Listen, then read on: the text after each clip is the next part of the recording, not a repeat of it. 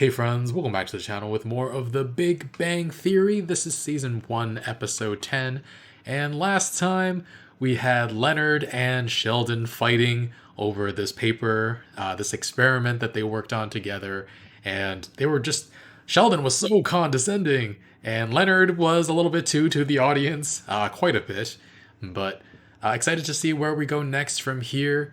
If you guys want to watch the full reaction or see episodes a week early, check out Patreon in the link in the description below. Otherwise, let's get started. Why would Skynet bother to create a petite, hot 17-year-old killer robot? What is this? Skynet is kinky? I don't know. Let's go tonight. What the hell is that? I don't know, but if cats could sing, they'd hate it too. Hey guys, It was Penny? where are you going? What? Did not sound like Just had her. to throw away some chicken. No! No! Why would you? Oh no. You'll never guess what just happened. I give up. I don't guess. As a scientist, I reach conclusions based on observation and experimentation. Remember when I auditioned for that workshop production of Rent, but I didn't get it and I couldn't figure out why? I have a conclusion based on an observation. No, you don't. No, he doesn't. It's not a big deal, just a one-night showcase, but they invite a lot of casting people and agents, so... you Oh never know. no. I think Oh I know. no. No, you Oh don't. no. Oh no. This could be bad for her career, It's this as Friday opposed at 8. You to. guys want to come? No. We are attending a symposium on molecular positronium. He's lying. Bad. Well, I gotta get to rehearsal. See you guys. It didn't sound like her Just lied voice. to Penny. No rapid breathing, no increase in perspiration, lack of a physiological response while lying. Sociopath. Characteristic of a violent sociopath. Sheldon, are you worried about your safety? No, I imagine if you were going to kill me, you'd have done it a long time ago. Fair. That's very true. Or go out and buy it again.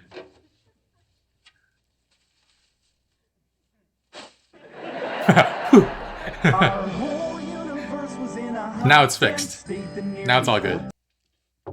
Leonard? Leonard? Leonard? I heard you the first time. Is it about the lie? Hey. Are you still out there? He can feel his presence. Yes. What? You're right, it can wait until morning. You could have told her the truth. That would have hurt her feelings. Is that a relevant factor? Yes. Then I suppose you could have agreed to go. I would have to say, you were terrific and I can't wait to hear you sing again. Why? It's what you do when you have a friend who's proud of something they really suck at. I was not aware of that. Leonard, Yes. Oh when no. we played chess earlier, Oh, you were no. terrific, and I Oh, can't wait no. to play you again. Oh no. I believe we're in danger of Penny seeing through the ruse. How?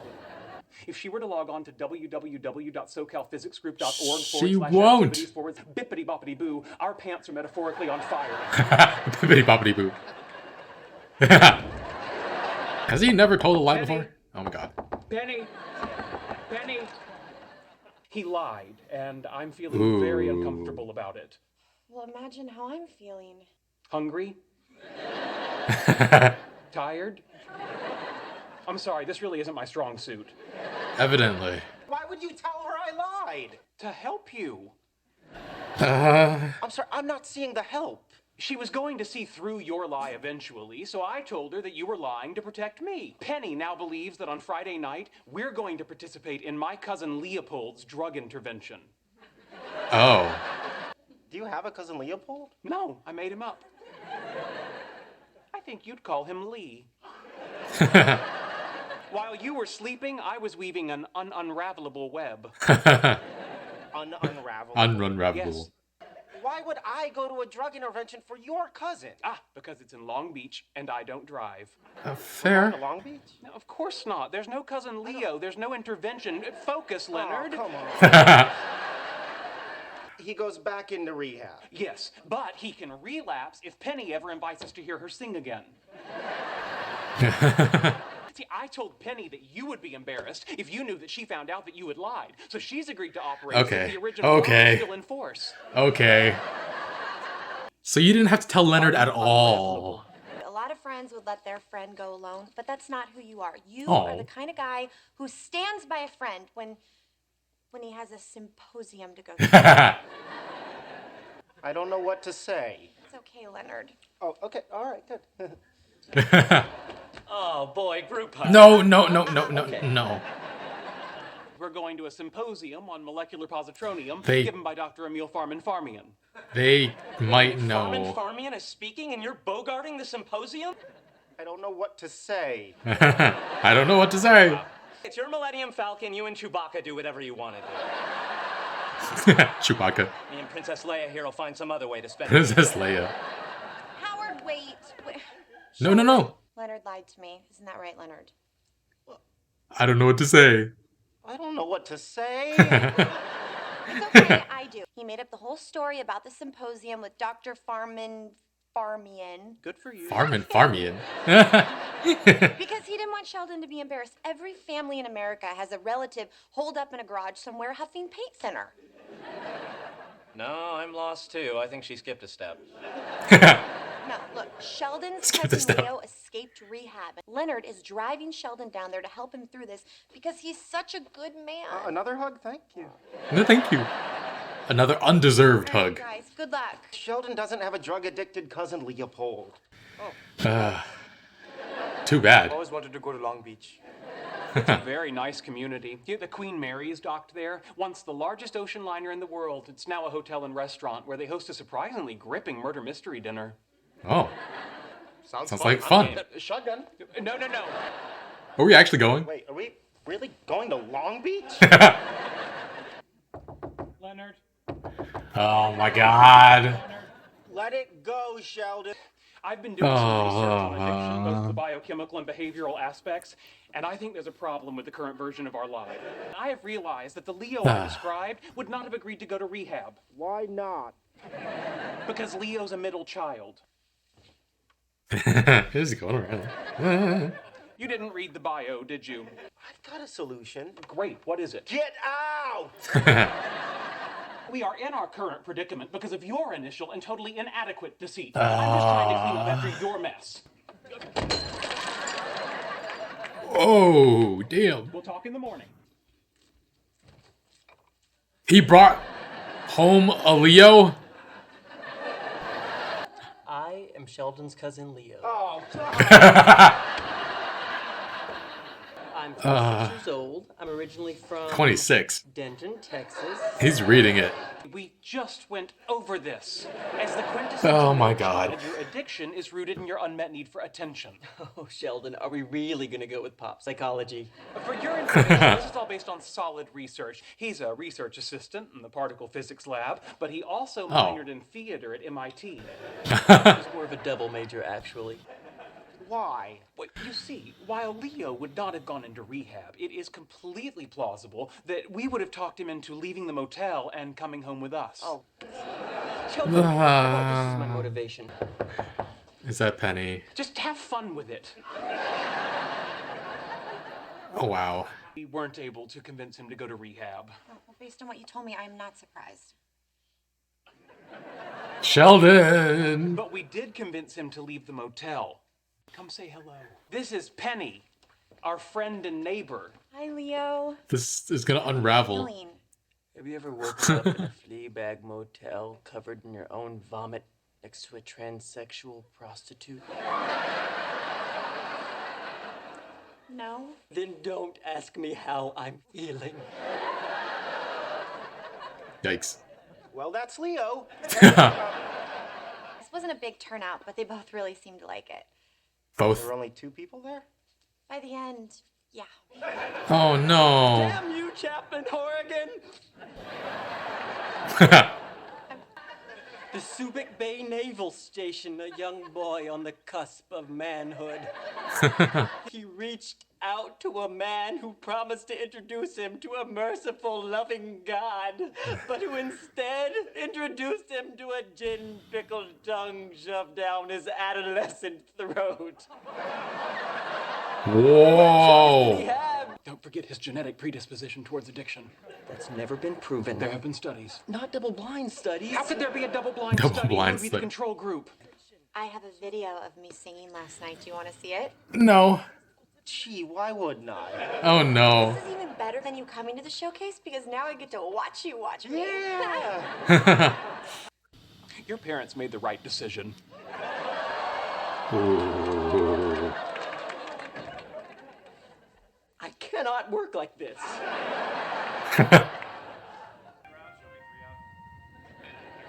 Oh no. So many creeps. Amazing.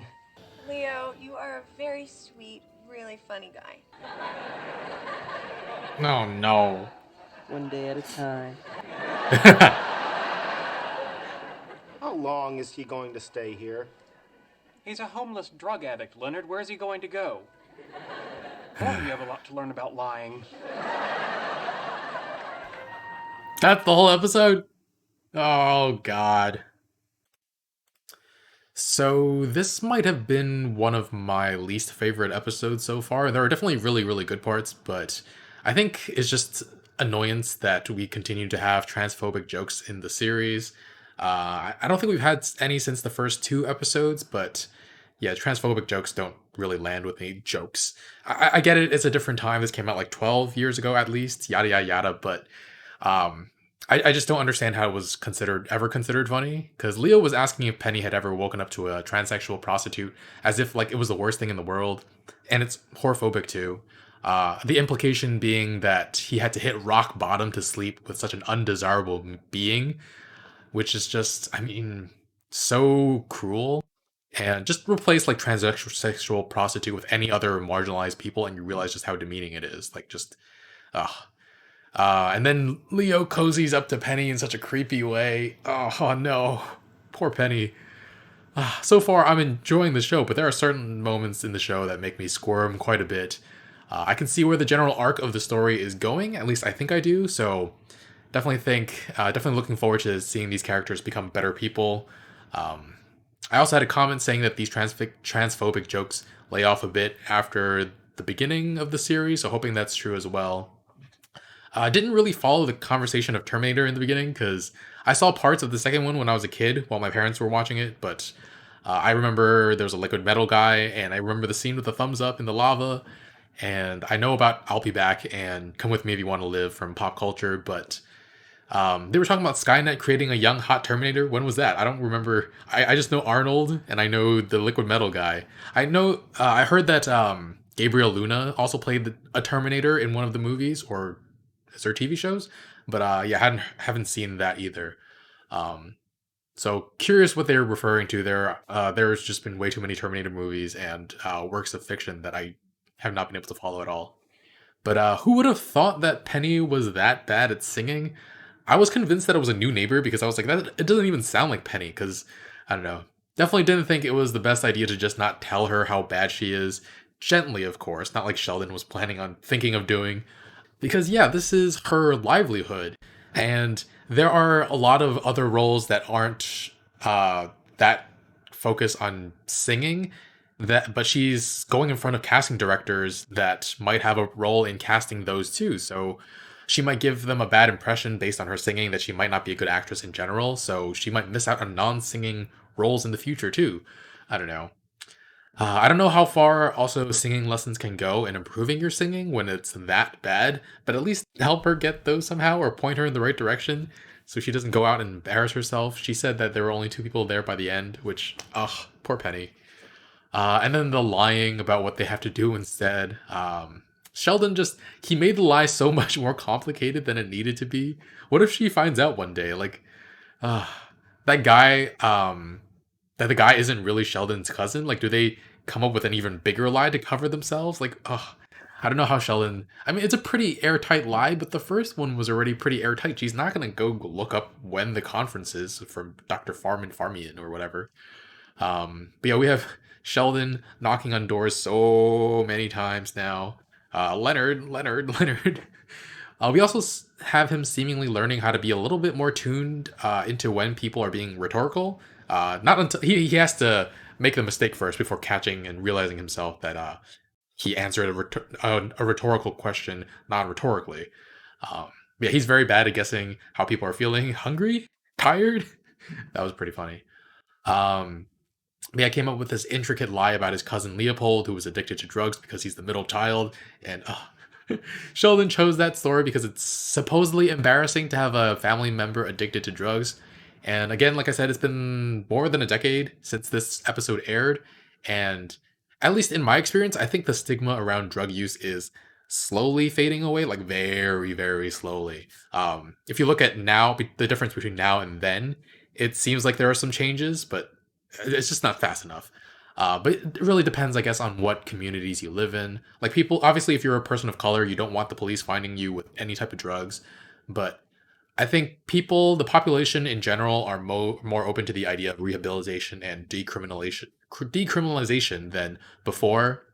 Like at this point, it'd be less like, oh no, I'm ashamed and I don't want anyone to know I'm related to someone with a drug problem, and more like, I don't want to share personal information about my cousin who is struggling right now. I don't want to share that information without their consent, because I think that would be the bigger thing to think about when talking with somebody about a family member with drug problems. But yeah, Penny tries to make Sheldon feel better and convince him that it's nothing to be embarrassed about too. So good for her having that, being able to be more forward thinking even back then. But yeah, since Sheldon told Penny to not tell Leonard that he told her that the symposium was a lie, he could have just kept that from Leonard too, technically, right? And not caused him so much anxiety about trying to remember a whole other intricate story. But I mean, the lie was completely unnecessary, but Sheldon thought ahead enough to make sure it was one that would make Leonard look good. Because Penny thinks better of Leonard now that she thinks he's willing to go out of his way to help Sheldon's cousin, which is actually kind of horrible because Leonard's just taking advantage of it. He's like, oh, another hug, yay. Like, I think we've seen that Leonard will do anything if it means getting more attention from Penny, and ugh, that's not good. It's not good. He should be. I feel like he needs to get to a point where he's not afraid to hurt her feelings, but not like maliciously go after her and like make her feel bad. But being truthful around her is the next step for his character to grow. This whole thing is a little frustrating to watch, seeing them pull one over on Penny, but hopefully these characters grow fast and treat her with a little bit more respect and honesty. Anyway, thanks for watching, guys. Leave a like, really helps with the channel. We are 1 week ahead over on Patreon, and you can also see full reactions there in the link in the description below. And yeah, I'll see you guys next time. Bye, friends.